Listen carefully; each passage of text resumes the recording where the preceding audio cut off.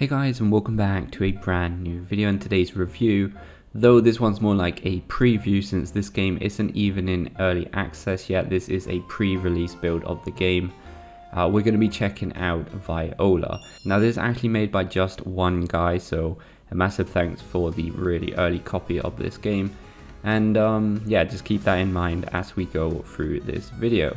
So Viola is a turn-based RPG mixed with a 2D platformer, so it's kind of like a weird hybrid game, but somehow actually works quite well. It's something a bit along the lines of Undertale, but in 2D when you're exploring the world, but we'll be getting to that in a second. So as for the story, Viola follows the story of Viola, which is a girl that really loved to play the violin, but no matter how hard she tried, she could just not play it that well.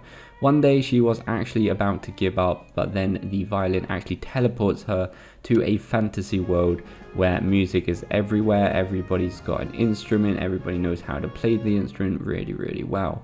In this world she'll meet some friendly companions like Fenrir, which is like a talking wolf, there's Nico, which is half boy half cat, and a load of other colourful kind of creatures and characters. Now all these characters will help Viola play the violin and obviously sort some of their own problems out as well, but they will teach her how to play the instrument and get good at it, as you will. Now, like I said, this game is a bit of a weird hybrid in between an RPG and a 2D platformer. So let's start off with the 2D platform part, which is obviously when you are not in battle and you're exploring the world. So this aspect really does remind me of like a classical NES game, maybe a tiny bit of Undertales in some of the characters and the art style as well. Now what I really do like about the 2D part of the game is that there is a lot of room for exploration. You get like more classical mechanics like triple jump, wall jumps.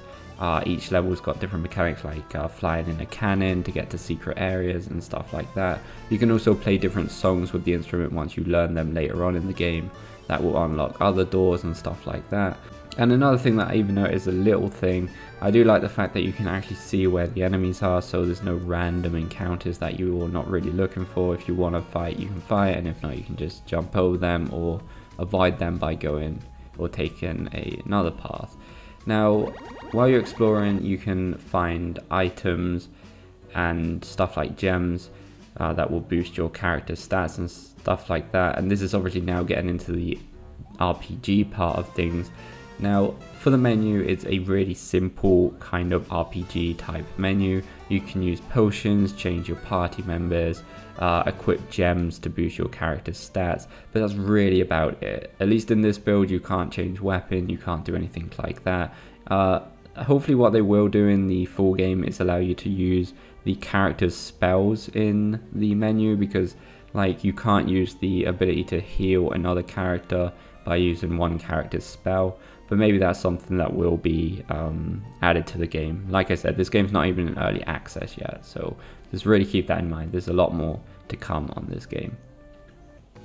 Now for the battle system, this is where we get right into the turn-based RPG side of things in this game. Now it's all really basic. Each character can attack, guard, use an item, use a spell, or escape.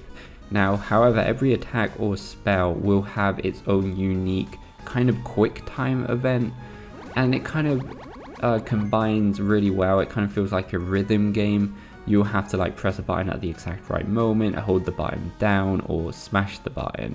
Obviously, the better you do, or the more precise you press the button, the stronger the attack will become. And I really like this. I don't know, it just gives a lot more life and depth to every single attack and the battle system. Obviously the only downside to this is if you are like maybe grinding or fighting a very easy enemy and you just want to be spamming the attack as one does on a action RPG, or not an action RPG, on a turn-based RPG.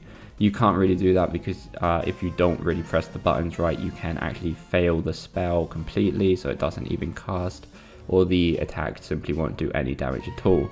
So that's the only downside about having to concentrate on every single basic attack you do. Now, as for the monster design, it's okay, nothing amazing, it's more classical. Some are pretty good and unique. but for the most part they're just okay. However, I do really like the boss designs. The few bosses that I did get to fight in this version of the game are really fun and actually quite tough. Like, I thought I was going to be quite overpowered by the time I got there, because I did actually fight quite a load of normal enemies, but the boss was actually pretty tough, at least the first one anyway. And to be honest, like, I do think that the character design is definitely one of the strong points. It does really remind me of Undertale. And yeah, as far as the characters goes, you can like get better bonds with them every time you rest at like a bonfire. You choose which character you would like to hold a conversation with, and then with those characters you'll get new attacks and you'll just get the bond level up in general. Now, like I said, this is a pre-release build, so I'm not really gonna go too hard on the technical side of things, even though there was a few moments where bugs would get me stuck on platforms that actually made me restart the game and stuff like that. But I'm sure all that will be fixed by the time the game is actually released. One more little thing I want to mention, I'm not even sure if this is actually intended or not, or maybe I just play a lot of Dark Souls, maybe too much Dark Souls, but are these not all Dark Souls references?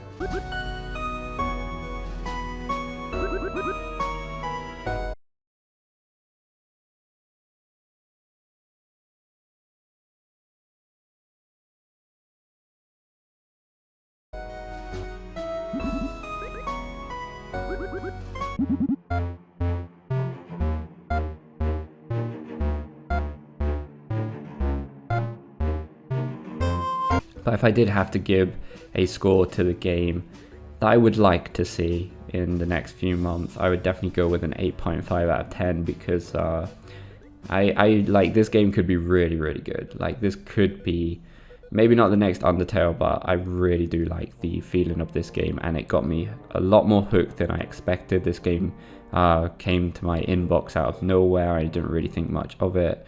And then I sat down last night to play it, and it got me hooked. It really did. So good work, and hopefully you can deliver on this game, because it has potential.